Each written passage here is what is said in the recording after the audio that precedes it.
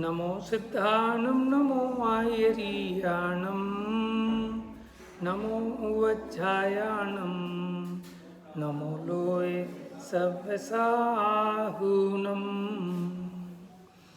एष सुरासुरमणुसिं वन्दितं धोदघायिकं ममलं प्रणमामि वड्डमाणं तिद्धं धम्मस्य कर्तारम्। यहाँ जो अपनी चर्चा चल रही है प्रवचन सार जी में, ये सिद्ध किया था कि पुण्य के फल में जो सामग्री मिलती है वो भी तृष्णा को उपजाने वाली है, और तृष्णा है वो दुख रूप है। तो जिस पुण्य के फल में ये जीव दुखी हुआ, तो फिर पुण्य के फल में और पाप के फल में क्या अंतर रहा? और उन दोनों के कारण में भी कोई अंतर नहीं ठहरा, इसलिए पुण्य और पाप दोनों एक समान हो गए फिर तो। चलिए, फिर हमने गाथा प्रारंभ की थी। ये 76 नंबर की गाथा बहुत फेमस गाथा है प्रवचन सार जी की, जिसमें बताते हैं कि जो पुण्य जन्य इंद्रिय सुख है, यानी पुण्य से प्राप्त होने वाला इंद्रिय सुख, वो भी दुख है। उसके कारण बताए। कितने कारण बताए थे? 6 कारण बताए थे, है ना। देखो अब कौन कौन से कारण है, गाथा पढ़ेंगे। बोलिए। सपरम बाधा सहिदम, याद हो गई थी ना, तो सबको याद हो गई थी। सपरम बाधा सहिदम विच्छिन्नं बंध कारणम विषमम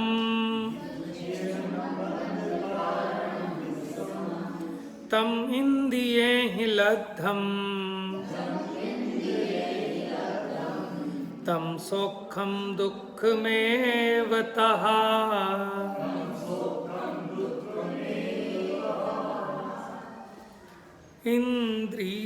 इंद्रिय सुख सुख नहीं दुख है, विषम बाधा सहित है बंध का कारण दुखद परतंत्र है, विच्छिन्न है।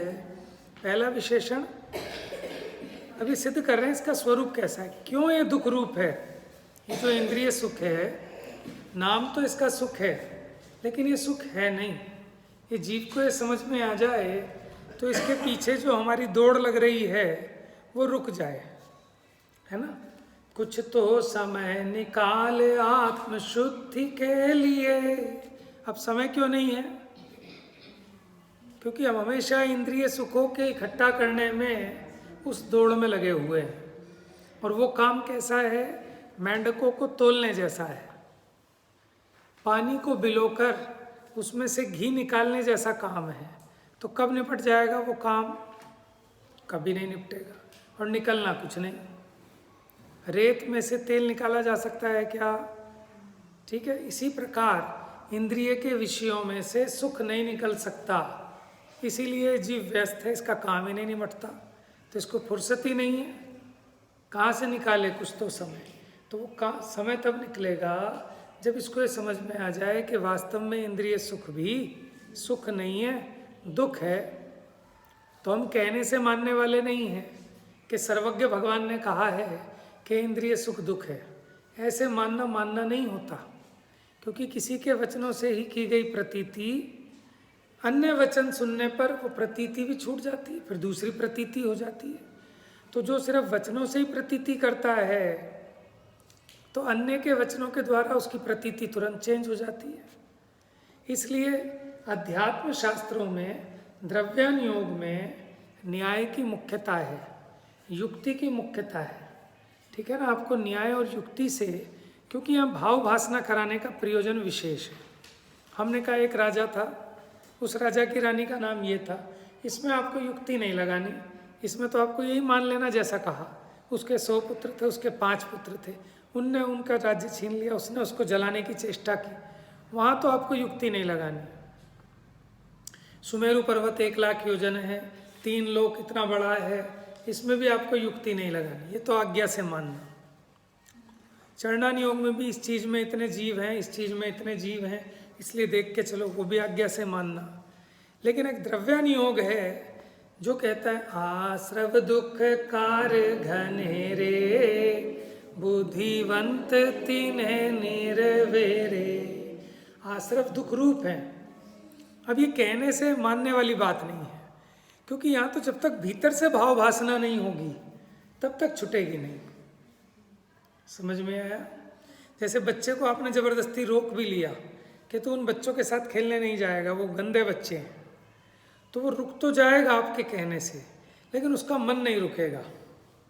समझ में आया? वो बेचारा दुखी होता रहेगा। तो कब रुकेगा? जब उसे समझ में आ जाए कि ये तो नशा करते हैं, ये शराब पीते हैं, ये गाली देते हैं, ये ताश खेलते हैं। ऐसा आपको समझ में आ जाए युक्ति से कि इनको पुलिस पकड़ के ले गई थी, इनके साथ रहूँगा तो पुलिस के डंडे मुझे भी खाने पड़ेंगे, ऐसा इसको समझ में आ जाए, अब इसका मन नहीं करेगा। तो वो होगा सच्चा वैराग्य।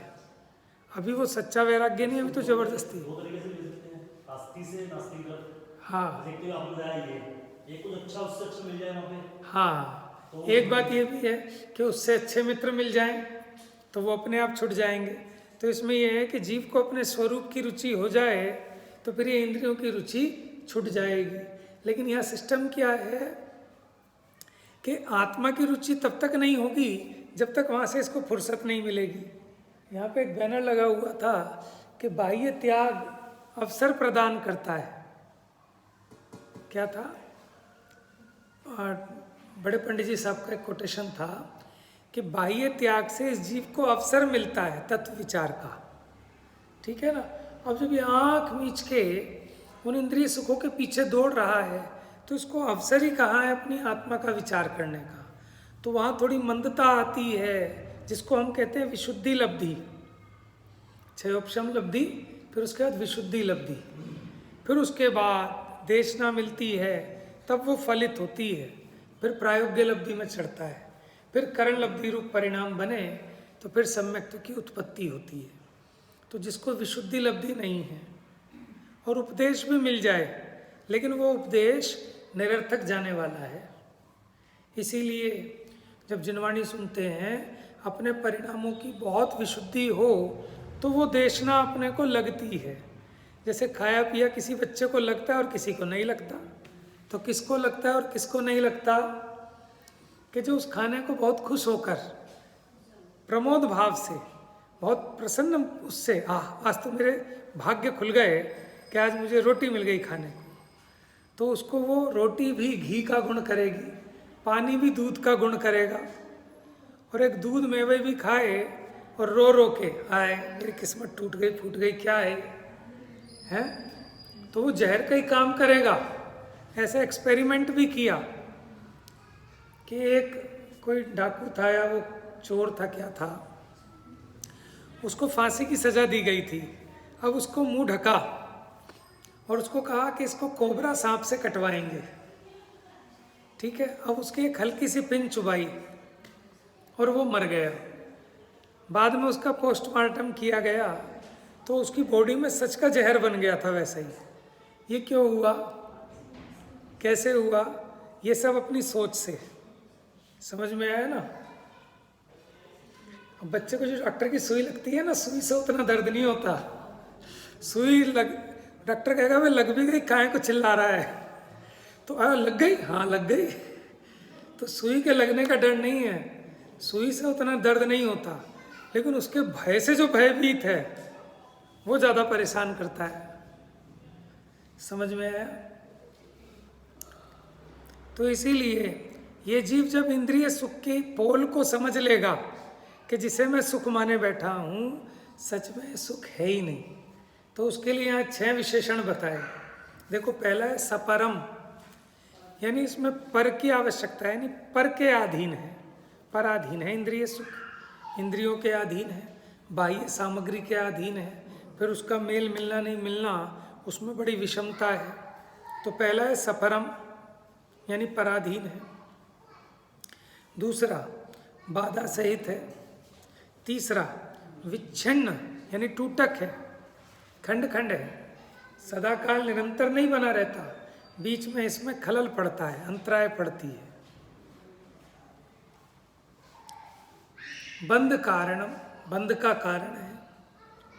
विषमम कि उसकी जो उस तरह की ट्यूनिंग मैच होना कि जैसी आपको इच्छा थी बिल्कुल एज इट इज़, आपको आज इच्छा हुई कि आज सब खाने में ये बनाओ, लेकिन जैसा उस दिन बनाया था वैसा नहीं बनाया आज, तो ये मैचिंग नहीं मिलती, बड़ी विषमता है। वो तो खाना चाय में भी कि भाई आज वो बात नहीं है जो सुबह की चाय में थी। तो ये जो है इंद्रिय के विषय विषम है। सम का अपोजिट है विषम, जिसमें समानता ना हो, कि परिणाम और सामग्री इसमें एक कॉम्बिनेशन नहीं बन पाता। जैसा परिणाम है वैसी सामग्री नहीं होती, जैसी सामग्री है वैसा परिणाम। तो वेद्य वेदक भाव की मैचिंग भी नहीं बनती, इसलिए विषम है। तम इंद्रिये ही लब्धम, तो वो जो इंद्रिय से लब्ध, तम सौखम, जो इंद्रिय से प्राप्त सुख है वह दुख ही है, दुख में बता, इसलिए वह दुख रूप ही है। चलिए गाथा पढ़ें एक बार फिर से। सपरम बाधा सहिदम विच्छिन्नम बंध कारणम विषमम जम इंद्रिये हिलत्थम तम सौखम दुख में वतः। आइए टीका की ओर बढ़ते हैं।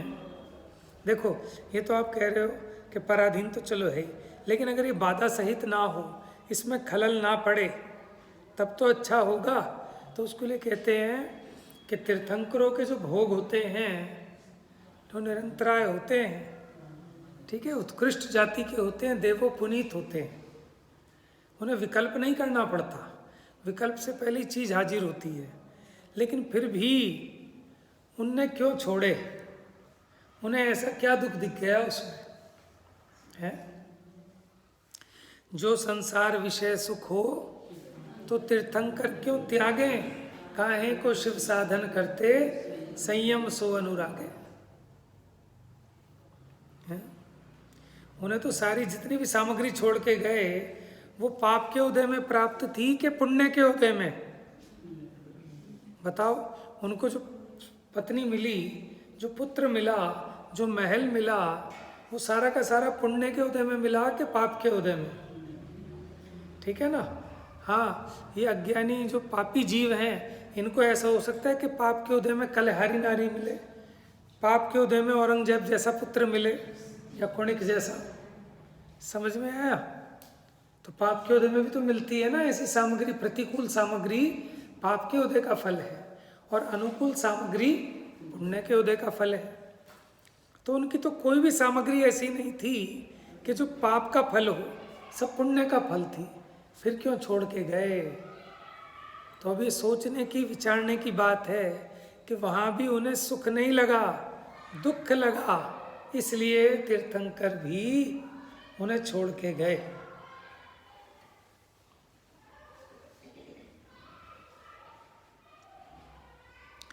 क्योंकि उन्हें समझ में आ गया कि विषय कुछ भी हो, लेकिन ये तृष्णा को उपजाने वाले हैं, निराकुलता तो होती नहीं। उस भाव में उससे पहले वो स्वाद चख लिया था ना, आत्मा का स्वाद चख लिया था। सही बात है। तो जिसने क्षीर समुद्र का मीठा जल पी लिया, अब वो लवण समुद्र का खारा जल पिए कैसे? समझ में आया ना।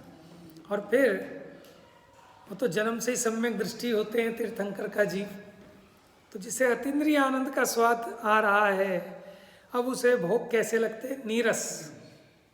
समझ में आया? अभी जो आपने कही थी उससे अच्छी चीज मिल जाए तो फिर उस घटिया चीज को कौन? समझ में आया? जैसे हमें आपको ऐसा लगता है कि सूअर देखो नाले में मजे कर रहा है, खुश हो रहा है, ऐसे ज्ञानियों को लगता है कि अज्ञानी 5 इंद्रिय के विषय रूपी विष्ठा में मग्न होकर आनंद मान रहे हैं। देखो है ना। पहले रुधिर राधे मल थैली की कसवसा दिते मैली, नव द्वार बहे घिनकारी, आसी देह कर के मयारी। ऐसी देह में मगन है। और बनारसी दास जी ने तो यहाँ तक कह दिया, देह की मगनताई ये ही मांस भकी वो। क्या आप देह में मगन हो ना, मांस में मगन हो ना, तो यही तो मांस भक्षण है। देह की मगनताई ये ही मांस भकी वो, कि तुम इस मांस में सुख मान रहे हो, 5 इंद्रियों में, ठीक है ना। ये देह में जो सुख मान रहे हैं वो कैसे हैं, वो मांसाहारी है।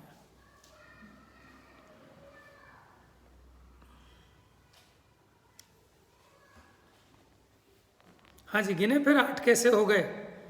सपरम बाधा सहिदम विच्छिन्नम बंध कारणम विषमम। कितने हुए? 6, 5।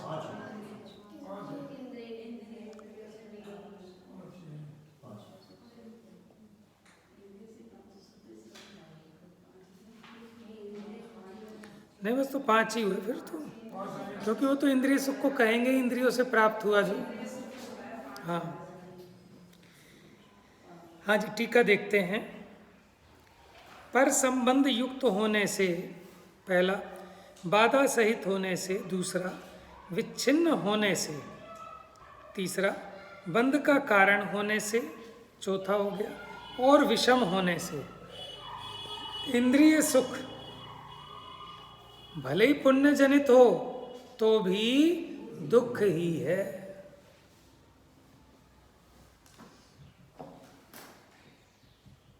लेकिन इस जीव की अज्ञानता है कि उस दुख में सुख मानता है। समझ में आया? जैसे आज किसी को इस क्षेत्र का निगम पार्षद बना दो, ठीक है, माने विधायक बना दो, तो सुखी हो जाएगा कि दुखी हो जाएगा? ठीक है, विधायक तो बहुत बड़ी चीज़ है, लेकिन मैं फील करता हूँ कि मुझे मान लो कोई प्रधान बना दे आज, मेरे बस की नहीं है भैया। क्यों? कितनी आकुलता हो जाएगी, कितना दुख हो जाएगा। कभी कोई कुछ, कभी माने राजा बनना, प्रधान बनना, यानी वो सबसे बड़ा नौकर है। कहते हैं ना प्रधान सेवक, मोदी जी कहते हैं ना अपने आप को प्रधान सेवक, यानी सबसे बड़ा नौकर है। सबसे बड़ा सर्वेंट माने चीफ सेक्रेटरी होता है किसी भी स्टेट का, तो वो सबसे बड़ा पब्लिक सर्वेंट है, सबसे बड़ा नौकर है। समझ में आया? पब्लिक आके कहती है कि आप हमारे सर्वेंट हैं, आप पब्लिक के सर्वेंट हैं, और हम भी कहते हैं कि हम तो आपकी सेवा में बैठे हैं। और कोई खुश होए तो होए कि हम तो बहुत बड़े अफसर हैं, खाक अफसर हैं। समझ में आया? एक माने 2 कौड़ी का एक गरीब झुग्गी झोपड़ी वाला आके भी हमें 4 गाली दे सकता है, लेकिन हमें एक उल्टी नहीं दे सकते उसको जवाब में। हमें फिर भी हाथ जोड़ने पड़ेंगे कि ठीक है साहब, आपका काम कराएंगे, आपके घर में पानी नहीं आ रहा, हम चेक कराते हैं, हमारी गलती है। समझ में आया? अब कोई उसमें आनंद माने तो वो मूर्ख है। बात समझ में आ रही है? सोच सोच का फेर है। देखो कितना बंधन है, कितनी आकुलता है। हमने ऐसे देखे कि पूरे दिन रात उनके यहाँ माने वो चौपाल बनी रहती थी, कभी कोई आ रहा है, कभी कोई जा रहा है, कभी किसी के लिए चाय आ रही है, कभी कोई मोहल्ले का आ रहा है। कहने को प्रधान जी राजी हो रहे हैं कि हम प्रधान जी हैं। कोई आ रहा है, प्रधान जी हमारा राशन कार्ड नहीं बन रहा, प्रधान जी पुलिस वाला हमें दुखी कर रहा है, प्रधान जी ये हो गया, प्रधान जी वो हो गया, ये अपनी चाय पिलाना, टाइम खराब करना, बस इतने में ही राजी हो रहे हैं प्रधान जी। तो ये तो अपने मन की बात है ना, भ्रम से।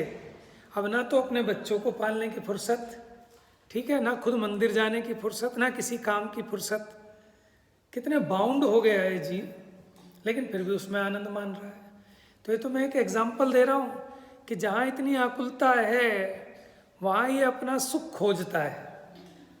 समझ में आया ना? तो पराधीनता में सुख नहीं है, वो पराधीन है। समझ में आया? किसी ने हमसे कहा कि साहब आप हमारे यहाँ आ जाओ। हमने कहा नहीं नहीं, हम आपके यहाँ नहीं आएंगे, आप हमारे यहाँ आ जाओ। तो भी तो हम बंध गए कि उसके इंतज़ार में वो किस टाइम आएगा। हम भी तो बाउंड हो गए ना उस चीज़ में, पराधीनता हो गई। जहाँ भी पर का संबंध आएगा वहाँ दुख होना है, आकुलता होनी है। तो ये तो सबको अनुभूत होना चाहिए। पराधीन सपने सुख नाही, अपने हाथ की रूखी सूखी भी बढ़िया है और दूसरे की पराधीनता की घी की चुपड़ी भी बढ़िया नहीं है। समझ में है ना? अपने घर में आपका मन करता है आप 9 बजे खाओ, आपका मन करता है आप 12 बजे खाओ। अब आप दूसरे के यहाँ दावत में गए, वहाँ तो लंच 1 बजे ही खुलेगा, भले ही बढ़िया मिष्ट पकवान हो, लेकिन भूख तो 9 बजे लग रही है। समझ में आया?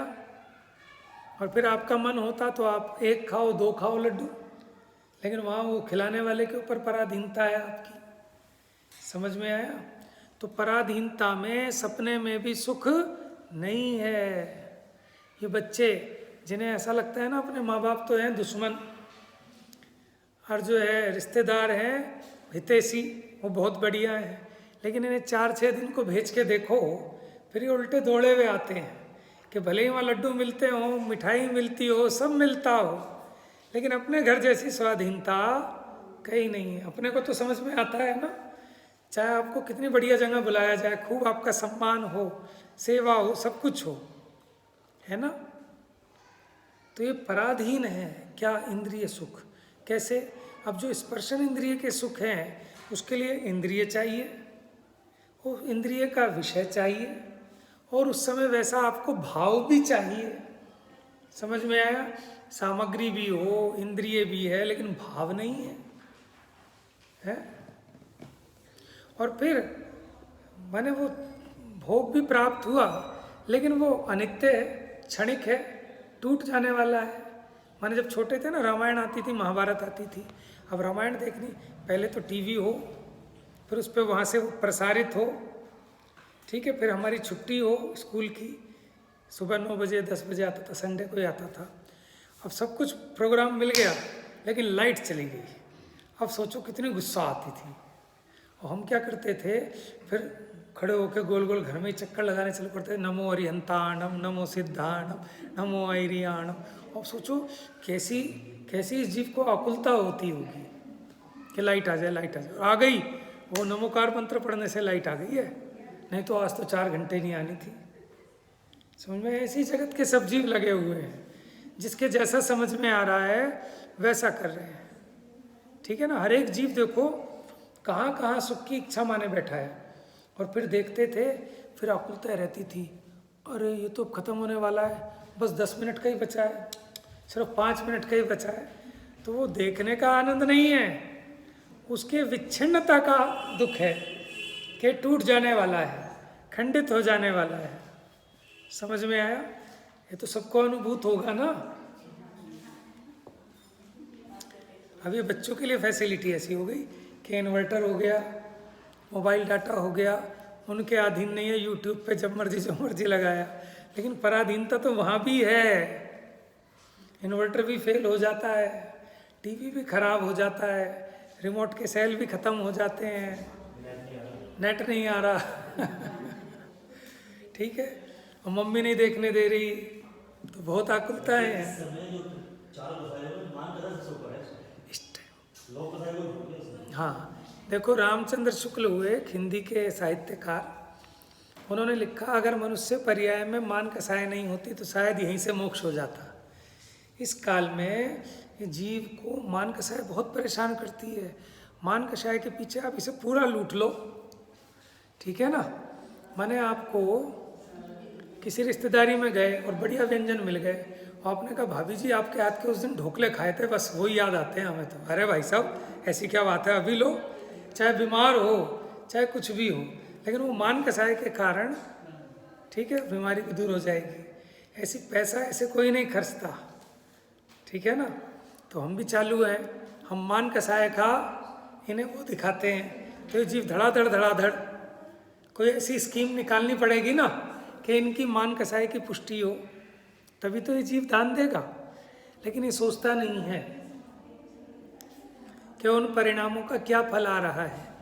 ना तो देने वाले को ख्याल और ना लेने वाले को ख्याल। लेने वाला अपना प्रयोजन सिद्ध कर रहा है, देने वाला अपना प्रयोजन सिद्ध कर रहा है, ठीक है। लेने वाले का प्रयोजन अपनी मान कसाय का पोषण है, देने वाले का प्रयोजन अपनी मान कसाय का पोषण है। समझ में आया? वैसे तो लेने वाला देने वाले पे उपकार करता है कि आपकी उस चंचल लक्ष्मी का सदुपयोग करा रहा है, आप उससे पाप कमाते, आपको पापों से बचाकर, है ना, महान पुण्य के बंध में निमित्त पड़ रहा है। लेकिन कब? कि जब वो हितैषी हो। लेकिन उसको आपके हित से मतलब नहीं है, वो तो कहता है 1 नंबर का हो, चाहे 2 नंबर का हो, चाहे 3 नंबर का, चाहे 4 नंबर का, सब चलेगा। और लोग तो ऐसा भी करते हैं कि आप ब्लैक मनी दो 10 लाख रुपए, 8 लाख रुपए चेक में ले लो, 2 लाख हमारे ट्रस्ट में आ जाएंगे। तो कहाँ किसी के हित की चर्चा ही कहाँ है, हित की भावना ही नहीं है। तो वो कर रहा है अपना उल्लू साधने के लिए, और वो भी बहुत चालू है, वो भी अपना उल्लू साध रहा है कि साहब मेरा नाम ऊपर आएगा कि नहीं आएगा पार्टिए पे, कि अगर पार्टिए पे आएगा तो मैं दूंगा, और नहीं आएगा तो फिर क्या फ़ायदा, उसको पता ही नहीं है।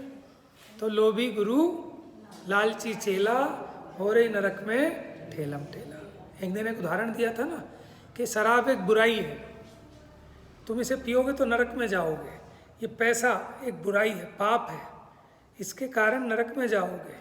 तो क्या करें महाराज, कि सब यहाँ दे दो, हम निमट लेंगे। क्योंकि जैसे शिव जी ने जहर पिया था ना, ये जहर को हम पी लेंगे, लेकिन तुम्हें नहीं मरने देंगे। नीलकंठ बन गए इसीलिए। वो कहते हैं कि वो जहर शिव जी ने पी लिया, वो जो निकला था ना समुद्र मंथन में, तो इसलिए वो नीलकंठ कहलाए, इसलिए उनका गला नीला हो गया। तो ऐसे ही जो लालची गुरु हैं वो कहते हैं परिग्रह भाई सब बहुत पाप का कारण है, तो क्या करें कि हमें दे दो। क्या उनके लिए पाप का कारण तुम्हारे लिए पुण्य का कारण हो जाएगा? समझ में आया? देखो जो हित का वांछक होगा वो कहेगा भैया हमें दान देना मत देना, लेकिन आप दुकान थोड़ा सा कम खोलो, बाकी टाइम बचाओ, अपना पूजा पाठ में लगो, स्वाध्याय करो। समझ में आ रही है ना बात? तो अभी क्या है कि कली काल का यही प्रभाव है, इसीलिए माने परिणामों की हानि हो गई तो फल भी नहीं दिखता। अब लोग कहते हैं साहब धर्म करने वालों को भी देख लो, धर्म करते हैं और फिर ये हाल हो रही है। तो धर्म किसका नाम है कि साहब मुझे 40 साल हो गए मंदिर में पूजा करते करते, फिर भी देखो दुर्गति हो रही है। कि खाली क्रिया करने की बात नहीं है, वो जो 40 साल की वो किस लिए की, किस प्रयोजन से की, तेरा उपयोग शुभ रूप हुआ क्या अशुभ रूप रहा? वहाँ भी पैज में अब तो बहुत सुधार हो गया, लेकिन मैंने बताया था ना पहले तो लड़ाई फड़ाई होती थी बहुत भयंकर। एक पुजारी दूसरे पुजारी को पटक देता था वेदी पे से ही, सबसे पहले मैं ही करूँगा प्रक्षाल, कि अगर ये 6 बजे आया ना तो अगले दिन वो 5:30 आके कर गया प्रक्षाल, ये 5:30 आया अगले दिन 5 बजे कर गया, रात में वो 4 बजे कर गया। समझ में? और ऐसे कौन ही मारे ऊपर से गिरा दिया संदली पे से। समझ में? बुरी हालत।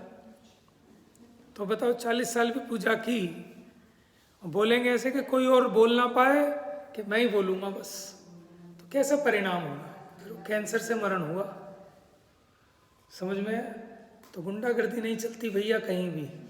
जब तक तेरे पुण्य का बीता नहीं करार तब तक तुझको माफ है, अवगुण करे 1000। जब ये पुण्य का पैकेट खत्म होगा उस दिन कहते ना ऊपर वाले की लाठी में आवाज नहीं होती, कर लो भैया कितना अन्याय करोगे। समझ में आया? तो भैया मनुष्य पर्याय बहुत दुर्लभ है। देखो अपने बच्चे पालना, ये तो हमने अपने गले में खुद घंटी बांधी है, मजबूरी है, लेकिन दूसरों के भी बच्चे पालने में लग जाओ, ठीक है, पूरे देश को संभालने में लग जाओ, तो हमसे बड़ा कोई मूर्ख नहीं है। समझ में आया ना? ये अपने 2 बच्चे हैं, इनको नहीं पालेंगे तो वो भी गलत है, ठीक है, अपना राग भी है, लेकिन वो अयोग्य है। फिर या तो आपकी इतनी सामर्थ्य हो, देखो सामर्थ्य भी तो होनी चाहिए ना, जिसकी सामर्थ्य हो, जिसमें वो गुण हो।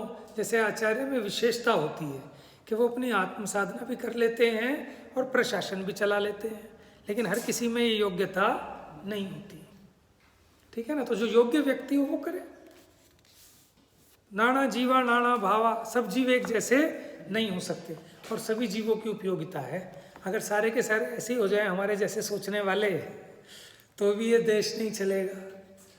समझ में आया? तो कुछ लोग ऐसे चाहिए कि जिनको विधान में नहीं बैठना, जिनको सिर्फ बिठवाना है, अरे आओ सब बैठो इधर, आओ सब, वो भी जरूरी है। तो हर एक व्यक्ति का अपना एक इम्पॉर्टेंट रोल है। समझ में? कुछ व्यक्ति हैं कि वो न तो उन्हें पूजा में मन लगेगा, ना पाठ में, ना स्वाध्याय में। उनका मन किसका लगेगा? खाना खिलवा देंगे सबको, चटाई बिछा देंगे, सामग्री दे देंगे, समझ में आया? ये सब व्यवस्था कर देंगे। चलो ठीक है, जिसकी जैसी योग्यता, लेकिन अपने को अपना निर्णय करना कि करने योग्य क्या कार्य है, वो तो उसकी अपेक्षा भला कहते हैं कि चलो अच्छा है, लेकिन इतने मात्र से हित होने वाला नहीं है। जब तक वस्तु के स्वरूप को नहीं समझेगा तब तक तुम्हें सच्चा वैराग्य आ नहीं सकता। इसलिए आचार्य देव आज आपको खोल के दिखा रहे हैं कि जिस सुख के पीछे आप ही अपना मनुष्य पर्याय को बर्बाद कर रहे हो, वो इंद्रिय सुख है क्या? नाम ही सुख है तो वो दुख। समझ में? इसके लिए 5 विशेषण बताए कि एक तो वो पराधीन है, बाधा सहित है, विच्छिन्न है, बंध का कारण है और विषम है। बंध का कारण में आप ये भी ले सकते हो कि उस चीज़ की ना आपको आदत भी पड़ जाती है, ठीक है ना? बंध जाते हो आप फिर उससे, वही चीज़ आपको चाहिए। देखो इंद्रिय सुख, किताब में देखो बेटा, इंद्रिय सुख पर के संबंध वाला होता हुआ पराश्रयता के कारण, पेज नंबर 129 सबसे नीचे, पर के संबंध वाला होता हुआ पराश्रयता के कारण पराधीन है। इसमें पर का आश्रय अवश्यम भावी है, उसके बिना इंद्रिय सुख नहीं होता। या तो आप स्पर्शन इंद्रिय के विषय का आश्रय करोगे, रसना इंद्रिय के विषय का, चक्षु इंद्रिय के विषय का, कर्ण इंद्रिय के विषय का।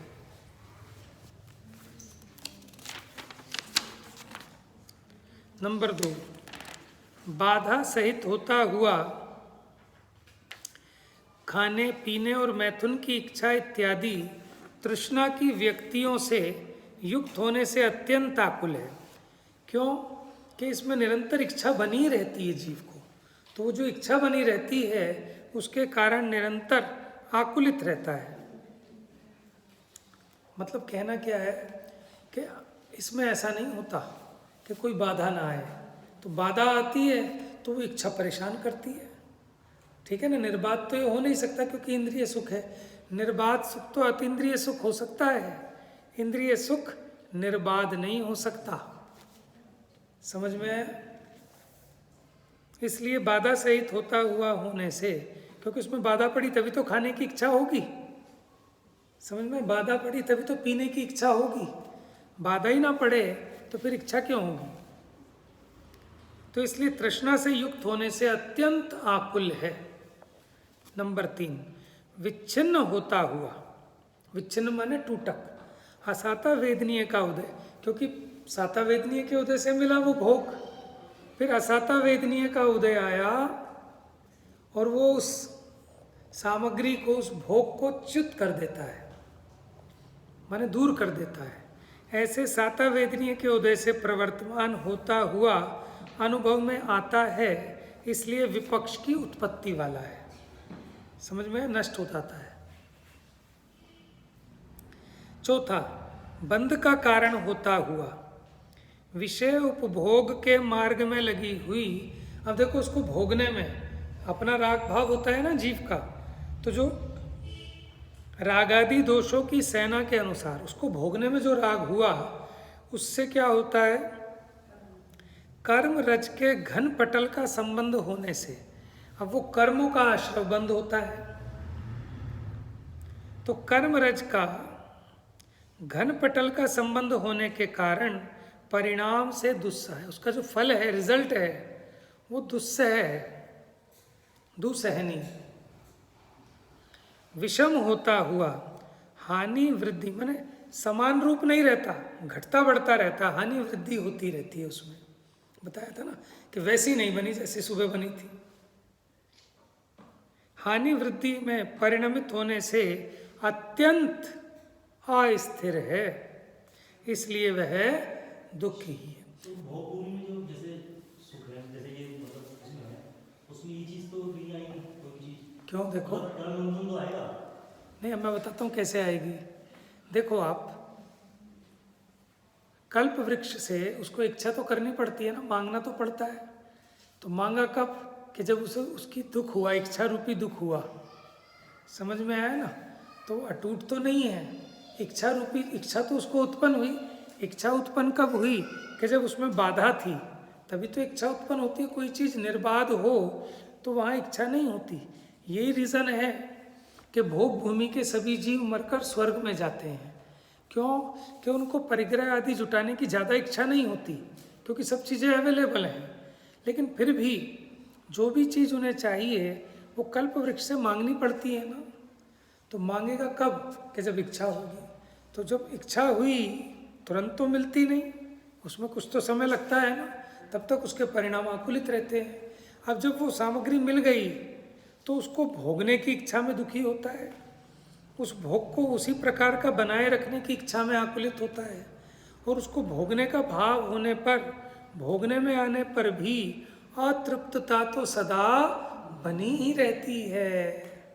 समझ में आया? उसमें तृप्ति हो ही नहीं सकती। देखो, इसलिए यहाँ तो तीर्थंकर को कह दिया, चक्रवर्ती को कह दिया। इनके क्या भोग भूमि से, भोग भूमि जैसे ही समझ लो आप इनके सारे सुविधाएं। इन्हें किस चीज़ की कमी पड़ रही है? वो समय दृष्टि जरूरी है ना, भोग भूमि में समय दृष्टि हो। हाँ, ये बात ठीक है। भोग भूमि का जरूरी नहीं है कि सम्यक दृष्टि हो। तो चक्रवर्ती भी सारे थोड़ी जरूरी हो कि सम्यक दृष्टि हो। वो तो पहले जो सम्यक प्राप्त करता है उसी जीव को ये चक्रवर्ती, नारायण, प्रतिनारायण आदि ये जो पद है ना शलाका पुरुष के, ये मिलते हैं। जबकि ऐसा है तो पुण्य भी पाप की भांति दुख का साधन है, ऐसा फलित हुआ। आज मोटा मोटा पढ़ा, कल इस पर और विचार करेंगे। ठीक है? इसी गाथा पर, ये बड़ी इंपॉर्टेंट गाथा है। और ये तो जीवन की प्रयोगशाला में विचार करने लायक है कि जब अपने रिमोट लेके बैठो, जब टीवी के सामने, तो टीवी कम देखते हैं आजकल लोग बाग, और चैनल ज़्यादा पलटते हैं। तो ये समझ में आ गया कि कितने दुखी हैं। दुखी ना हो तो चैनल क्यों पलटे? कि जो चैनल सामने आया उसमें सुख नहीं आया, दुख आया, तो पलटा टक, फिर दूसरा पलटा टक, फिर तीसरा पलटा। तो ये इस बात का प्रतीक है कि इन विषयों में सुख नहीं है, और ये तृष्णा से आकुलित हो रहा है। आकुलित ज़्यादा हो जाता है, फिर क्या करता है? थक हार के रिमोट को एक साइड फेंकता है, फेंको इसको। समझ में? टेंशन आ गई हाथ में, ऐसी मोबाइल, ऐसी सब चीज़। तो इनमें सुख नहीं है। जब तक ये बात समझ में नहीं आएगी गहराई से, तब तक इसका आकर्षण मिट नहीं सकता। और अब तो स्टेटस सिंबल बन गए हैं। इतने बड़े बड़े मोबाइल लग जेब में टांग के घूमते हैं, पैरों में भी दर्द हो जाए, शरीर की नसों में वो रेडिएशन के कारण कितनी बीमारियां लग रही हैं। आप आधे घंटे ऐसे कान लगा के बात कर लो, आपके सर में दर्द होने लगेगा, गर्म हो जाता है। समझ में आया ना? तो इतनी खतरनाक चीज़ है, लेकिन उसमें भी हम आनंद मानते हैं।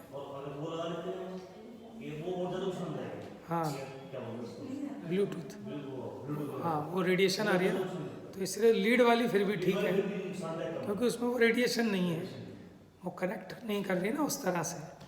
तो इनसे बचना चाहिए। और ये सब पराधीन करने वाली सामग्रियाँ, हमारी गर्दन ना हर समय हर किसी के फंदे में है, कि जब जी में आए पकड़ के रस्सी खींच लेता है हमारी गर्दन को, और हमने खुद पकड़ा रखी है अपनी गर्दन में। हमने कितने 256 होते हैं कॉन्टैक्ट, अब तो ज़्यादा हो गए होंगे 1000 रस्से बांधे हैं, और सबके हाथ में एक एक डोरी दे दी है। जिसके मन में आता टन टन टन टन खींच लेता है। ठीक है? तो हम, ये मोबाइल हमारी फैसिलिटी के लिए नहीं है, इसने हमको बांध लिया है। और यहाँ रखा भी रहे ना, सब अब रख के बैठते हैं पूजा में, विधान में, और एक एक मिनट में देखते रहेंगे बीमारी लग गई है सबको कि कुछ आया क्या। ये अच्छी बात है, बल्कि मंदिर आदि में जैमर लगा देने चाहिए।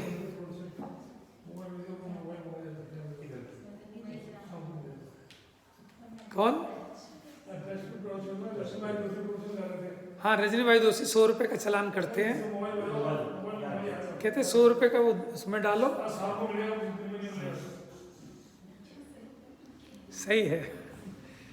तो अब देखो कितनी आकुलता ही होती है उससे, और जिस दिन आपके पास नहीं हो उस दिन आप इतना फ्री महसूस करोगे। तो ऐसे जीवन में इसको हमें पग पग पर लगा कर देखना चाहिए। कि जिनमें हमने सुख की कल्पना की है, ये सुख के कारण हैं कि दुख के कारण? बच्चों, ये बच्चों की भी समझने की बात है, नहीं कि खाली बड़ों के लिए। आ रही है बात समझ में?